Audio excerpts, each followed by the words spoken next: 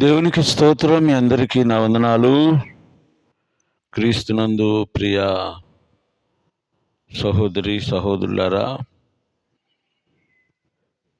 Christ TV యోహాను సువార్త live యాక్షన్కు మీ అందరికీ స్వాగతం పలుకుతున్నాను. సోదరులారా, యోహాను సువార్త ధ్యానాలకు మీ అందరికీ మరొకసారి యేసుక్రీస్తు పరిశుద్ధ నామములో స్వాగతం పలుకుతున్నాను. మీ అందరూ ప్రతిరోజు ఆన్లైన్ కానీ ఆఫ్లైన్ కానీ యోహాను సువార్తను ధ్యానిస్తున్నందుకు కృతజ్ఞతలు తెలియచేస్తున్నాను. మీరు చూడటమే కాదు కానీ దయచేసి అనేక మందికి పరిచయం చేయండి. నా ఉద్దేశం రక్షణ పొందిన వారికి, చర్చీలకు వెళ్ళే వారికి, మారు మనసు పొందిన వారికి అని కాదు. రక్షణ పొందిన వారికి, చర్చీలకు వెళ్ళే వాళ్ళకి, మారు మనసు పొందిన వాళ్ళకి కార్యక్రమాలు పరిచయం చేయటం ద్వారా ఎలాంటి ఉపయోగం లేదు. ఎందుకంటే చర్చీలకు వెళ్ళి రక్షణ పొంది ప్రార్థనకు వెళ్ళే వారికి మన వాక్యాలు ప్రయోజనపడవు. ఎందుకంటే వాళ్ళు అక్కడే సరిగా వినరు. అయితే క్రొత్త వారికి, యేసు ప్రభు అంటే తెలియని వారికి, లేదా మారు మనసు పొందని వారికి, ఇలాంటి వారికి తెలియచేయటం వల్ల కనీసం వారు రక్షణ సువార్త వినడానికి, లేకపోతే ప్రభు యొక్క ప్రేమను తెలుసుకోవటానికి ప్రయత్నం చేస్తారు. వారి కొరకే నేను ఈ కార్యక్రమాలను చేయటానికి ప్రయత్నం చేస్తున్నాను. కనుక దయచేసి మారు మనసు లేని వాళ్ళు, రక్షణ లేని వారికి ఈ కార్యక్రమాలు మీకు వీలైతే, అవకాశం ఉంటే పరిచయం చేయండి. దానివలన అందరికీ సువార్త ప్రకటించబడాలి. అందరూ ప్రభు అయిన యేసుక్రీస్తు ప్రేమను తెలుసుకోవాలి అని దేవుని సంకల్పం నెరవేరుతుంది. మనందరము దేవుని సంకల్పం కొరకే పని చేయాలి. మన సంకల్పం కోసం, మన స్వార్థం కోసం చేయకూడదు. ఒకప్పుడు చేశాం, కానీ తెలిసిన తరువాత కూడా దాన్ని కొనసాగిస్తే దేవుని నామానికి అవమానం లేక దుఃఖాన్ని మాత్రమే మనం మిగల్చడం జరుగుతుంది. కనుక మీకు అవకాశం ఉంటే రక్షణ లేని వారికి, మారు మనసు లేని వారికి ఈ కార్యక్రమాన్ని పరిచయం చేయాలని వినయముగా మనవి చేస్తున్నాను. చిన్న ప్రార్థన చేస్తాను. ఆ తరువాత ఈ యోహాను సువార్త ధ్యానాలను మనం కొనసాగించడానికి ప్రయత్నం చేద్దాం. పరిశుద్ధుడా, జీవాధిపతి, గొప్ప దేవుడా, నీ పాదాలు కొందనాలు, స్తోత్రాలు చెల్లిస్తున్నాను స్వామి. యేసునాథుడా, ప్రాణనాథుడా, నా కొరకు మా కొరకు ప్రాణమిచ్చి మమ్మలను నీ స్వరక్తముతో కొని మా హృదయాలను గెలిచి అందరి జీవిస్తున్న నమ్మకమైన నా దేవుడా, నీకు స్తోత్రం. ఈ నీ మాటలు అనేక మంది వినటానికి ఈ కార్యక్రమాలను వీక్షించే దారి, మనస్సు కలిగి ఉండటానికి కృప చూపి సహాయం చేయమని ఈ మాటల ద్వారా, నీ ఈ వాక్యము ద్వారా నాయన అపవాది చేతిలో నుండి అనేక మంది తప్పించుకొని అంధత్వములో నుండి వెలుగులోనికి నడిపించబడ్డానికి కృప చూపమని, వెరసి పాతాళమును నిత్య నరకాన్ని తప్పించుకొని నిత్య జీవాన్ని పొందే భాగ్యం అనేక మందికి ఈ కార్యక్రమాల ద్వారా అనుగ్రహించమని యేసుక్రీస్తు పరిశుద్ధ నామములో అడిగి వేడుకుంటున్నాము తండ్రి. Amen, amen. ప్రార్థనలో ఏకీభవించినందుకు మీకు కృతజ్ఞతలు తెలియచేస్తున్నాను. ఒకసారి ఒక పల్లవి చరణాన్ని పాడుకొని ముందుకు కొనసాగుదాం.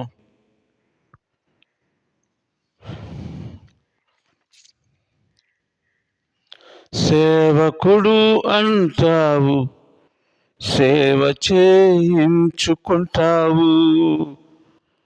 సేవకుడు అంటావు, సేవ చేయించుకుంటావు.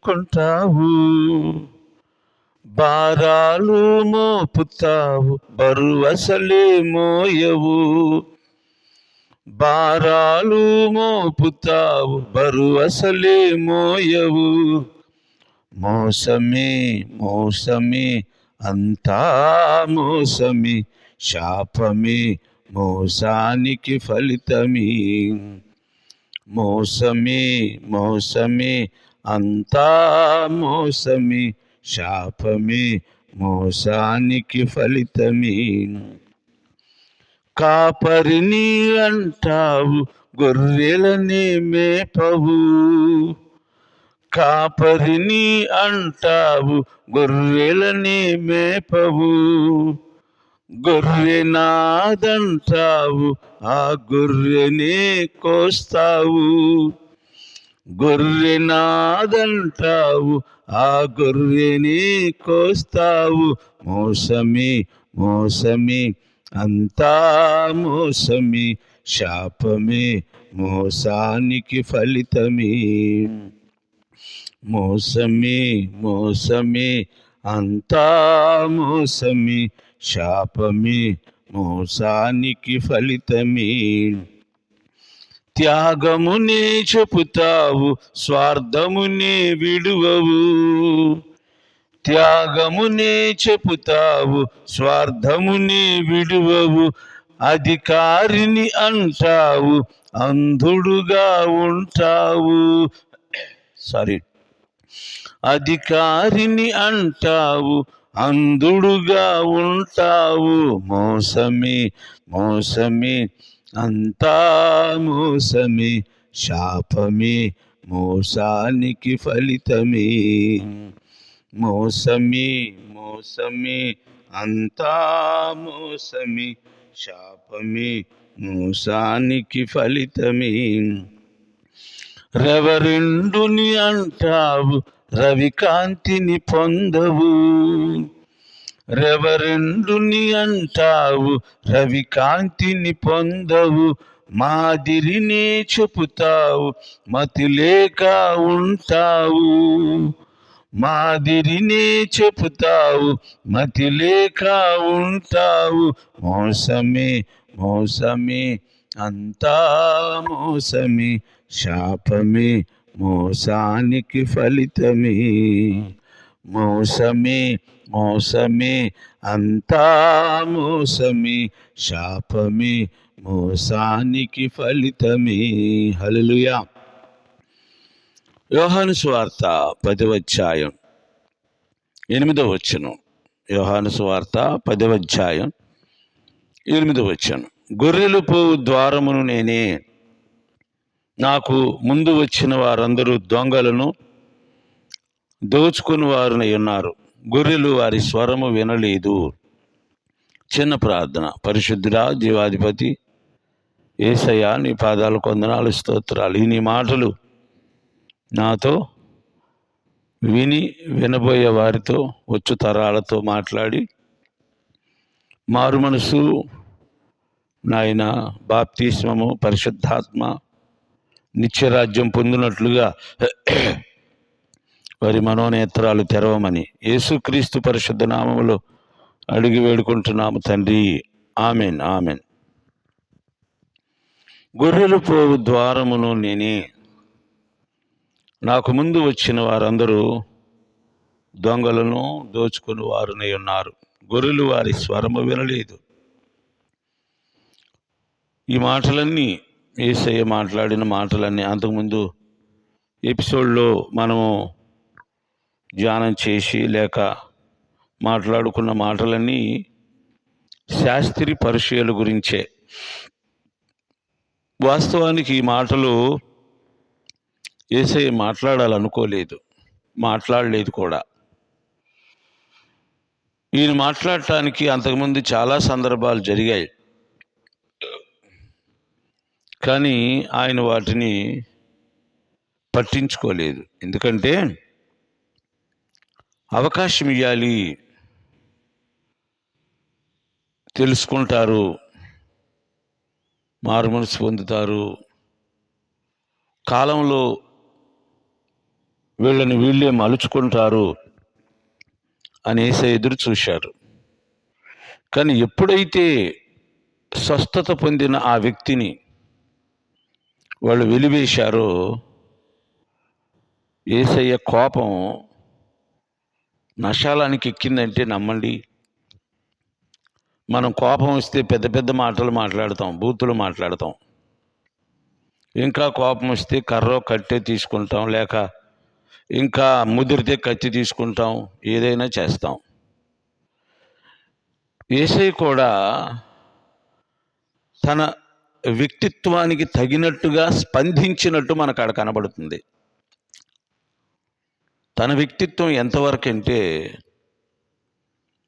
తండ్రి ఏ పని మీద అతనిని పంపించాడో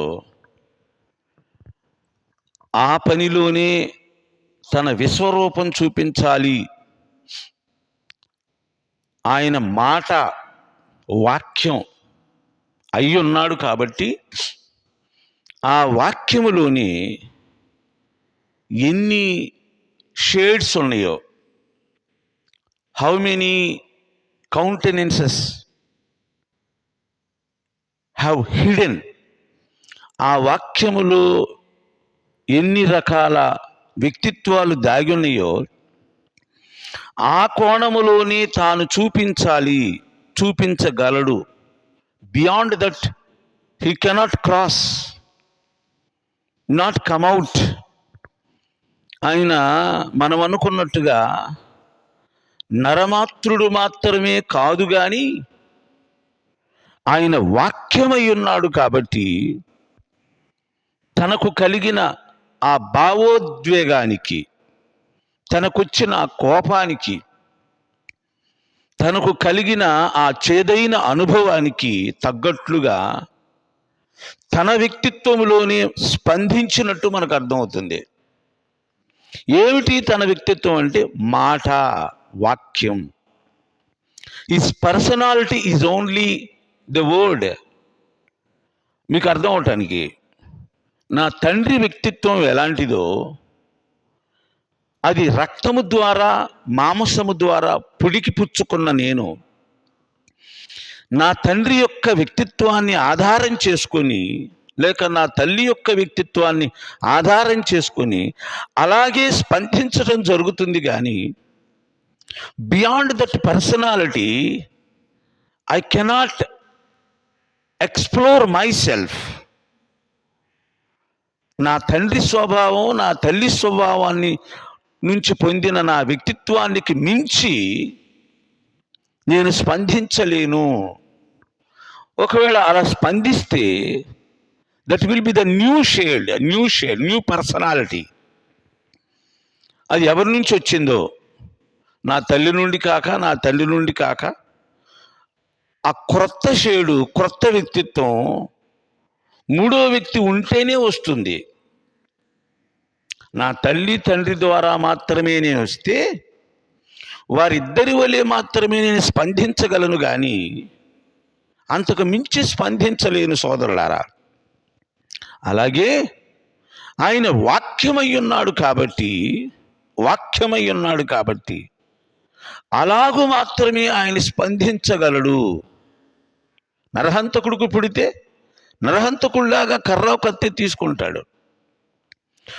వ్యభిచారికి పుడితే వ్యభిచార స్వభావం ద్వారా దానికి తగ్గట్టుగా ప్రవర్తిస్తాడు.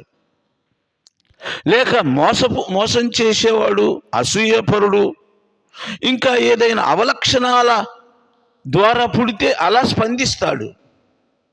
కానీ అవన్నీ ఆయనలో లేవు సోదరులారా. ఆయనలో ఉన్నది ఏమిటి? వాక్యం. ఆది యందు వాక్యం ఉండెను, వాక్యము దేవుని యొద్ద ఉండెను, వాక్యము దేవుడై ఉండెను, వాక్యమే కృపా సత్య సంపూర్ణుడై శరీరధారిగా ఈ లోకములో జన్మించాడు. So his originality, his generic personality, his origin, that's what I want to tell you. His origin has been the word. అతని తండ్రి యొక్క బీజము వాక్యము. The origin of his father had been word. అతని మూలం వాక్యం కనుక వాక్య రూపంలోనే స్పందిస్తాడు ఆయన. కానీ శాస్త్రి పరిచయాలు అలా కాదు. వారి origin, the origin of them was called the flesh, passion of flesh, desire of flesh. Their origin was Adam and Eve. For that reason was they showed their personality as well as the Adam and Eve. వారి బీజము ఆదాము అవ్వలు కనుక వారి వలె ప్రవర్తిస్తారు వాళ్ళు. వారి బీజము నరహత్య, తిరుగుబాటు, అభిచారము. నరహంతకుడు ఎందుకు అయ్యాడంటే సర్పం యొక్క మాట అవ్వమ్మ వింది కాబట్టి, అవ్వమ్మ మాట ఆదాము విన్నాడు కాబట్టి. In that way the cruelty enter in to the life of human being. ఆదాము నుండి వచ్చిన వ్యక్తిత్వం వేరు, అపవాది అయిన సర్పం నుండి వచ్చిన వ్యక్తిత్వం వేరు. Both together the personalities generated from the children of Adam and Eve. నరహత్య అనే స్వభావము కయ్యూను ద్వారా లోకంలోకి వస్తే, మానవత్వము అనేది హేబేలు ద్వారా లోకంలోకి వచ్చింది.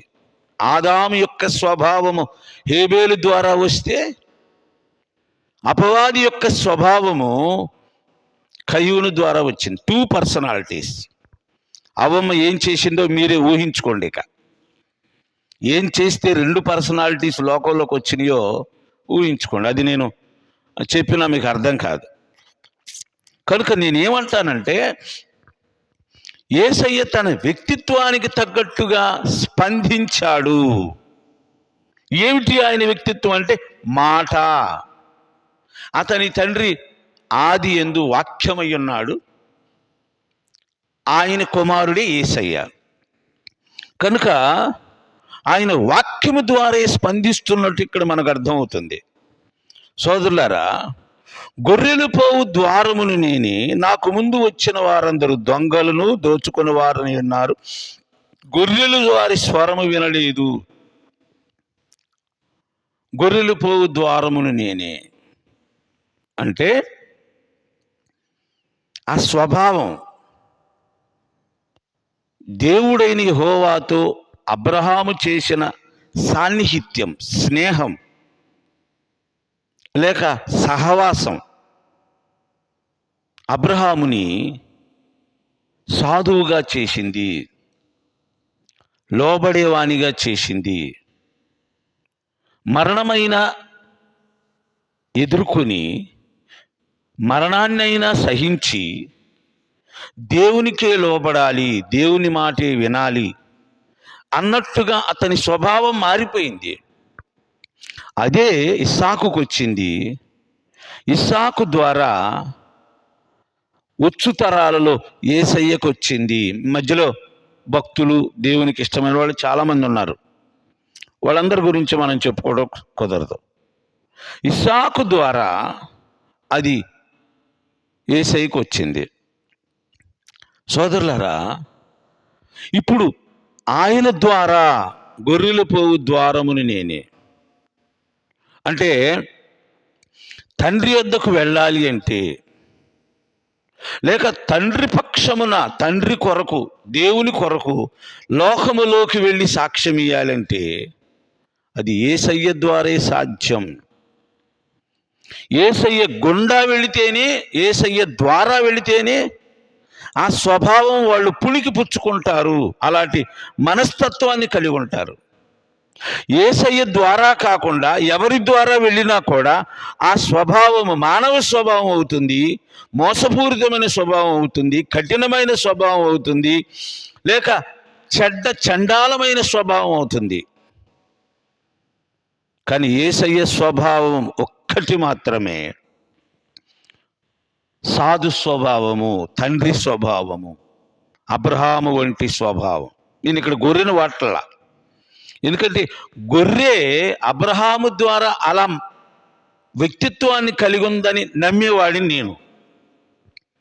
అంటే ఒక తండ్రికి పుట్టిన పిల్లలు ఆ తండ్రి వంటి వారే అవుతారు. ఆ యజమాని ఇంటిలో ఉన్న పశువులు, దాసులు, దాసదాసీలు యజమాని వంటి వారు అవుతారు. అతడు మాదిరి కలిగిన వాడైతే నా యజమాని వలె నేను ఉండాలి, నా యజమాని వలె నేను మారాలి, నా తండ్రి వలె నేను ఉండాలి, నా తండ్రి వలె నేను మారాలి. In that way the house is keeping like the master of his house, walking as master of his house, acting as master of his house. So master should be or must be good, meek or sacrificial mind. కనుక యజమాని అనేవాడు త్యాగం చేసేవాడై ఉండాలి, ప్రేమించేవాడై ఉండాలి, సాత్వికుడై ఉండాలి, పరిశుద్ధుడై ఉండాలి, న్యాయము చేసేవాడై ఉండాలి. ఎగ్జాక్ట్గా అబ్రహాం అలాంటి స్వభావమే కలిగి ఉన్నాడు. అది జనరేట్ అయ్యి through the generations to generation until the Lord Jesus Christ continued. Abraham స్వభావము తండ్రి ద్వారా పుణికి పుచ్చుకున్న తరువాత అది యేసుక్రీస్తు దాకా ఎవరిలో ఒకరిలో కొనసాగుతూ వచ్చింది సోదరులారా. అందుకే యేసయ్య అలా పుట్టాడు. అందుకే యేసయ్య ద్వారా వచ్చిన ప్రతి వ్యక్తి యేసు వలె ఉంటాడు. అతడు దొంగ అవ్వలేడు సోదరులారా, అతడు దోచుకొనివాడు అవ్వలేడు. ఈరోజు సేవకులు కానీ, సంఘానికి వచ్చే మనుషులు, ఆ తర్వాత ఆ మనుషులు విశ్వాసులైన తరువాత కానీ యేసు వంటి స్వభావం కనుక కలిగి ఉంటే వారు దొంగలు కాలేరండి, దోచుకుని వారు కాలేరండి. ఎందుకు సేవకులు దొంగలవుతున్నారు? ఎందుకు విశ్వాసులు దొంగలవుతున్నారు?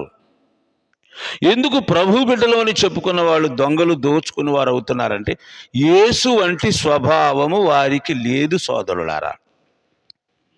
ఎవడైనా ప్రేమించే స్వభావము,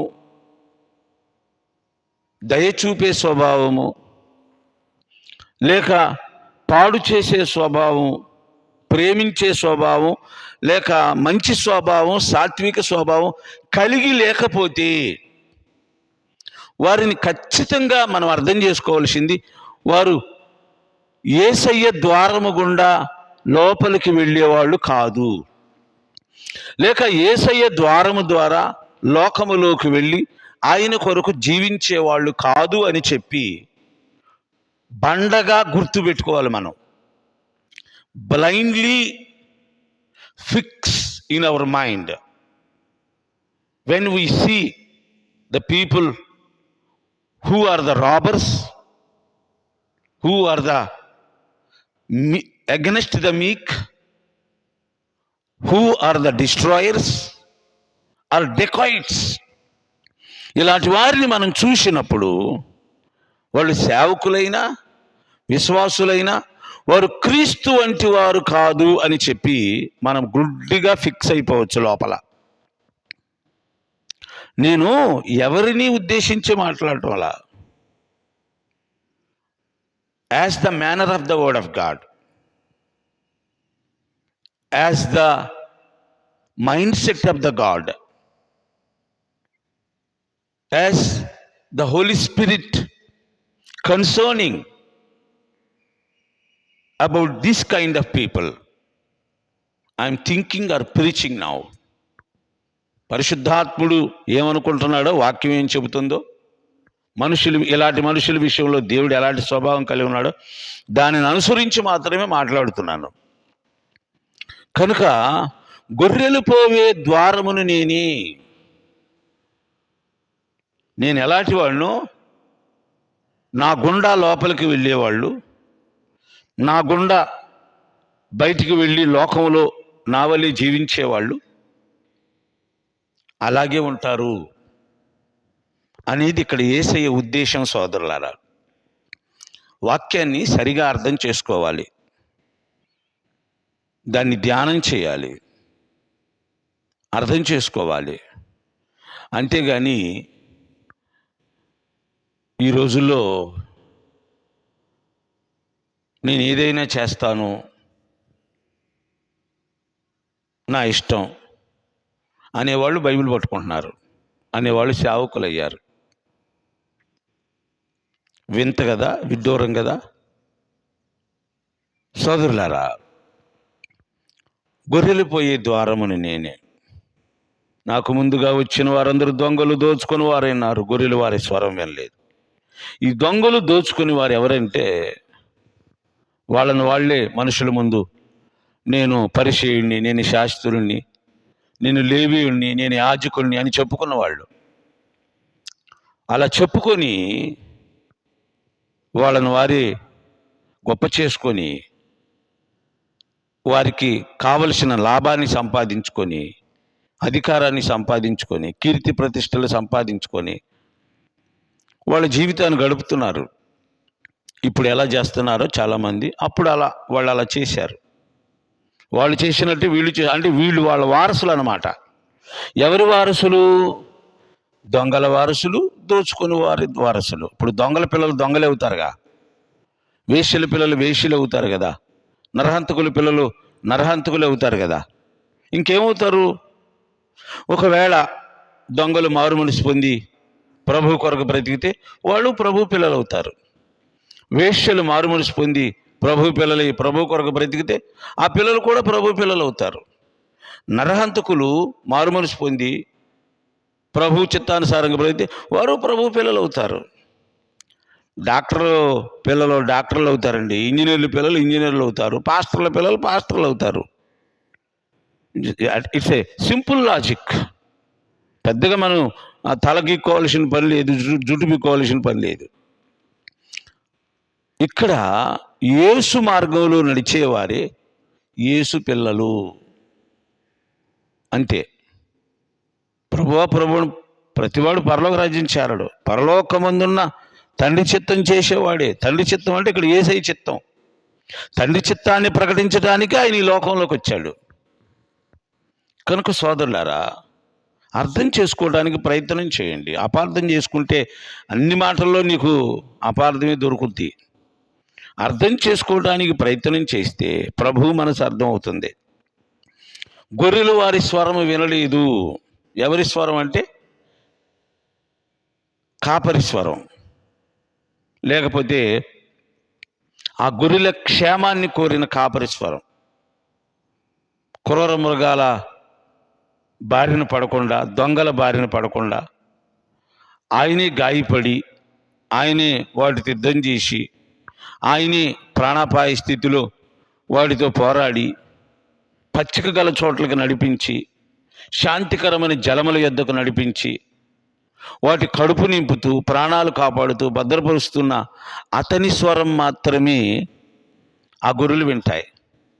ఈ శాస్త్రులు, పరిసయ్యులు, ఈ యాజకులు, లేవీలు అలాంటి వాళ్ళు కాదు. వీళ్ళ మాట వినేవారిని పరిగణలోకి తీసుకుంటారు. వీళ్ళని గణపరిచే వారిని వీళ్ళు కనిపెట్టి ఉండి వాళ్ళకి మంచి చెడులు చూసి బిస్కెట్లు వేస్తూ ఉంటారు. నేను బిస్కెట్లు అని ఎందుకన్నానంటే వాళ్ళ మాటలు వినేవాళ్ళు కూడా పూర్తిగా న్యాయం చేయరు. మా పాదాల దగ్గర పడి ఉండాలి, వీళ్ళు మా మాటే వినాలి, మమ్మల్ని స్తుతించాలి, గణపరచాలి, మాకే డ్రమ్ములు కొట్టాలి అని ఒక బ్యాచ్ని చుట్టూ పెట్టుకుంటారు. వాళ్ళకి బిస్కెట్లు వేసేది, పూర్తిగా ఆహారం పెట్టరు. అలాంటి వారు ఈ శాస్త్రులు, పరిచయులు, ఈ కాపరులు. కనుక ఇలాంటి వారి స్వరం యేసు వంటి మనస్సు కలిగిన వారు వినరు. That's what I want to tell you. నేను ఈ మాట ఎందుకు చెప్పానంటే, గొర్రె అంటానికి బదులుగా గొర్రె గొర్రె గొర్రె అంటే అది వినటానికి బాగలా. నేనేమంటానంటే యేసు వంటి స్వభావం కలిగిన వారు అవ్వాలి అంటే గొర్రె వంటి స్వభావం అని అర్థం. అక్కడ యేసు వంటి స్వభావం కలిగిన వారు ఎవరు, వాళ్ళే యేసయ్యని వెంబడిస్తారు. సామెత ఉంది కదా, ఏ గూటి పక్షులు ఆ గూడికి చేరతాయి, ఏ మంద పశువులు ఆ దొడ్డికి చేరతాయి. లోకంలో కూడా అంతే. మనకి తెలియక వాపోతూ ఉంటాం, అయ్యో బాబు నాయన అని అరిచి కేకలు పెడుతుంటాం. కానీ చివరికి ఎటు తోగాల్సిన కాట అటే తోగుద్ది, ఎటు వెళ్ళిపోవలసిన మనుషులు అటు వెళ్ళిపోతారు. ఎవరి స్నేహితుల్ని వారు వెతుక్కుంటారు. ఎవరి స్వభావాన్ని బట్టి వారి స్వభావం కలిగిన మనుషుల్ని ఎత్తుక్కుంటారు. మనకు తెలుసు కదా, నోవాహు వాడ ముందు పావురాన్ని వదిలితే అది తిరిగి వచ్చేసింది. ఎందుకంటే దానికి తగ్గ వ్యక్తులు లేరు, దానికి తగ్గ వాతావరణం లేదు, దానికి తగ్గ పక్షులు లేవు, దానికి తగ్గ పరిస్థితులు లేవు. అందుకే షీ బ్యాక్ టు ఆర్క్, అది లోపలికి వచ్చేసింది. మళ్ళీ నోవాహు కాకిని విడిచిపెట్టాడు. కాకి వెళ్ళింది, తిరిగింది తిరిగింది తిరిగింది. దానికి తగ్గ వాతావరణం బయట ఉంది, వాసన ఉంది, కళేబరాలు ఉన్నాయి, కాలు మోపటానికి దానికి తగ్గ పరిస్థితులు ఏర్పడ్డాయి. అందుకని అది ఇక మళ్ళీ వెనక్కి రాలేదు, వెళ్ళిపోయింది. మనుషులు కూడా అంతేనండి, వారికి తగ్గ వారి దగ్గరే వెళ్ళి వాళ్తారు. వారికి తగ్గ, ఇప్పుడు మంచివారు మంచివారితో సహవాసం చేస్తారు, చెడ్డవారు చెడ్డవారితో సహవాసం చేస్తారు. చాలామంది ప్రాచీన కాలపు అనుభవశాలురు అంటూ ఉంటే ఇస్తా ఉండేవాళ్ళం మేము. అరే మీ స్నేహితుడు ఎవరో చెప్పు, నువ్వు ఎటువంటి వాడో చెబుతాను అంటాడంట ఒక ఆయన. అంతే కదా మరి. సోదరులారా, క్రీస్తుకి బెలియాలకి పొత్తు లేదు, విశ్వాసికి అవిశ్వాసికి జోడి లేదు, చీకటికి వెలుగుకి సంబంధమే లేదు. ఇక దాన్ని మనం ఎన్ని రకాలు కాబట్టి, ఎన్ని వాక్యాలు కాబట్టి అన్ని వాక్యాలు ఫ్రేమ్ చేసుకోవచ్చు. ఎలాంటి వారితో మనం సహవాసం చేస్తున్నావు, నువ్వే ఆలోచన చేయి. నువ్వెవరితో సహవాసం చేస్తున్నావు, ఎవరి నీడను కోరుకున్నా, ఎవరి పంచలో కూర్చుంటున్నా, ఎవరితో మాట్లాడుతున్నావు, ఎవరితో మీటింగ్స్ ఏర్పాటు చేస్తున్నావు, దానిని బట్టి నువ్వు ఎవరితో నీ సహవాసం ఉంటుందో అది నువ్వు అని అర్థం చేసుకోవాలి. అదే నువ్వు అది కాబట్టే దాని దగ్గరికి వెళుతున్నావు. నువ్వు వాడివి కాబట్టి వాడి దగ్గరికి వెళుతున్నావు. నువ్వు యేసువైతే, నువ్వు గొర్రెవైతే, నువ్వు పావురానివైతే, నువ్వు పరలోక రాజ్య సంబంధివైతే నువ్వు ఇటే ఉంటావు. పెద్దగా దీన్ని మనం జుట్టుపీకోవాల్సిన పని లేదు. నువ్వు అద్దం ముందు నిలబడితే నువ్వేదో అదే చూపించిద్ది. అలాగే నువ్వు ఏదో ఎవరి దగ్గరికి వెళ్తున్నావు అదే నీ అద్దం, వాడే నీ అద్దం. నువ్వు ఒక వ్యక్తి దగ్గరికి వెళ్ళావంటే నీ రూపాన్ని, నీ ముఖాన్ని దానిలో చూసుకుంటున్నావు. అంటే నువ్వు బాగా చెడిపోయిన దాని దగ్గరికి వెళ్ళావు, నువ్వు కొద్దిగా చెడిపోయావు అనుకుందాం. నువ్వు బాగా చెడిపోయిన దాని దగ్గరికి వెళ్ళావంటే నువ్వు అదే అని అర్థం. నీ అర్థం ఆ మనిషి నీ అర్థం. కనుక సోదరులారా, in a simple way I'm teaching now. నీకు అర్థం అవటానికి చాలా సులభమైన మార్గంలో మాట్లాడుతున్నాను. అందుకే పెద్దలందరూ నీ స్నేహితుడు ఎవరో చెప్పు, నువ్వెవరో చెబుతాను. సోదరులారా, అందుకని క్రీస్తు బిడ్డలు ఈ లోకం యొక్క స్వరం వినరు, ఈ మనుషుల యొక్క స్వరం వినరు. సోదరులారా, సమయం అయిపోయింది కాబట్టి 9 వచ్చి నేను చదువుతాను. దాన్ని దేవుడు మనకు సమయం ఇచ్చినప్పుడు ధ్యానం చేద్దాం. నేనే ద్వారమును, నా ద్వారా ఎవడైనా లోపల ప్రవేశించినట్లా వాడు రక్షింపబడిన వాడై లోపలికి పోవచ్చు, బయటికి వచ్చుచు మేత మేయుచుండును. ఈ విషయాన్ని కూడా మనం వివరంగా మాట్లాడుకోవాలి. అందుకని దేవుడు మనకు సమయం ఇచ్చినప్పుడు, ఆయన చిత్తమైనప్పుడు మళ్ళా మాట్లాడుకోవడానికి ప్రయత్నం చేద్దాం. అందాక సెలవు.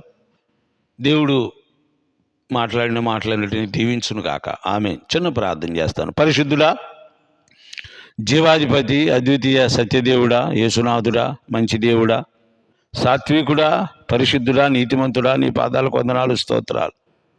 ఈ నీ మాటలు ప్రభువా మొదట నేను ఆచరించి వినివారందరూ అర్థం చేసుకుని ఆచరించి ఆ ప్రకారం నడవటానికి నాయన నీ వలే నీ పిల్లలుగా బ్రతికి ఆ ప్రకారం ముందుకు సాగి నిత్యరాజ్యాన్ని చేపట్టే భాగ్యం మాకు దయచేయమని, వచ్చు తరాలకి మేము ఆశీర్వాదకరంగా ఉండే భాగ్యం దయచేయమని యేసుక్రీస్తు పరిశుద్ధ నామములో అడిగి వేడుకుంటున్నాము తండ్రి. ఆమెన్. ఆమెన్. అందరికీ వందనాలు.